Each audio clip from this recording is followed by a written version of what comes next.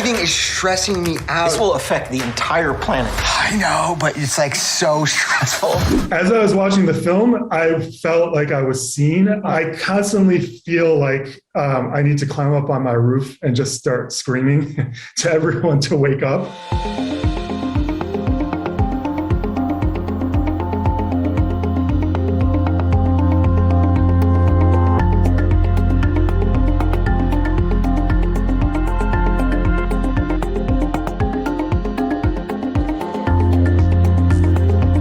15 years of that for me has been emotionally brutal, I guess. The feeling of being gaslit, knowing what's coming from the science, not seeing it in the media, not seeing it in the public discourse, and constantly having to go back to the scientific papers and the science and the IPCC reports and remind myself that, yes, this is really happening.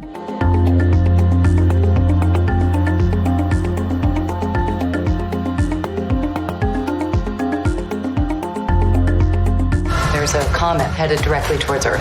Do you know how many world is ending meetings we've had over the last 2 years? Drought, famine, hole in the ozone is so boring. The comet in the film was such a great, sort of parallel for the satire, because you have this astronomical object which doesn't give a crap, and it's just coming inexorably to the Earth. You can't negotiate it. You can't talk it out of hitting. And whether you believe it's coming or not, it doesn't care. It's going to come anyway. And it's exactly the same with climate and ecological breakdown. The public, in my opinion, still doesn't fully understand the depth of the climate and ecological emergency, how irreversible it is, how rapidly it's happening, and how it's going to impact literally every aspect of how we live in modern life. I think that we're on track to basically civilizational collapse if we don't change course rapidly. And the thing that really has me worried is that I don't see signs that society is going to change course rapidly.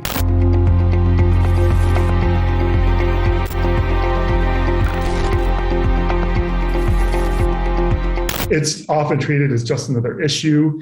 There's no discussion of just how serious the impacts are going to be. What would civilizational collapse look like, right? It's still a taboo to talk about that.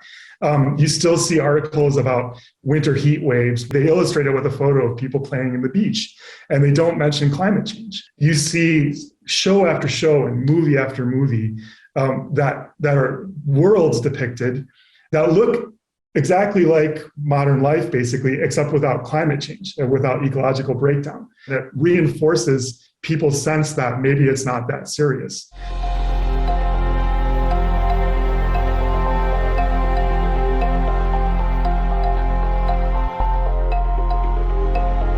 Unfortunately, they tend to be the ones who get invited on the really big platforms, on CNN, on MSNBC, in the biggest newspaper platforms, because society is not ready to hear that we're heading towards full-on civilizational collapse. On a matter of principle, I can't sugarcoat anything.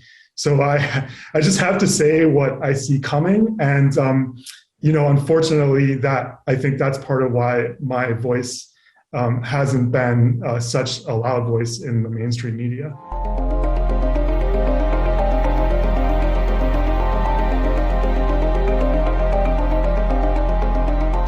The fossil fuel industry, to be very clear, is the root cause of what's happening to our planet right now. You burn the fossil fuel to fly the planes, drive the cars, make the electricity, et cetera.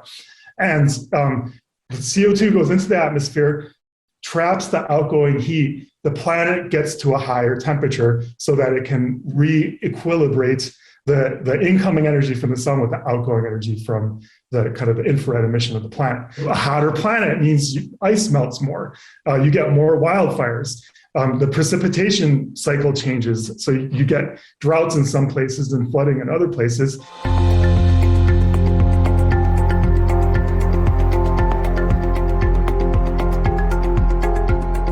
We need to stop with this farce of, like we have to, protect fossil fuel jobs. What about the fossil fuel workers? We could quickly, probably by executive order, simply have a guarantee, like free retraining for those workers to train them up for, say, renewable energy jobs.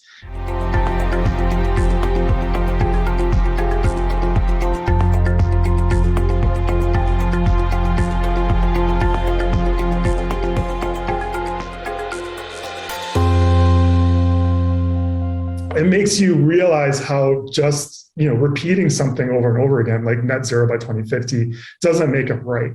And I think that is a recipe, absolute recipe for catastrophic, potentially civilization ending disaster on this planet. 2050 is too late. We need to go faster than that. I feel like the film Don't Look Up really shines a spotlight on this sort of institutional denial from the mainstream media. And if we can break through that, and if we start getting the climate story being told with the appropriate level of urgency, then maybe we can get this social tipping point and get this really strong grassroots movement.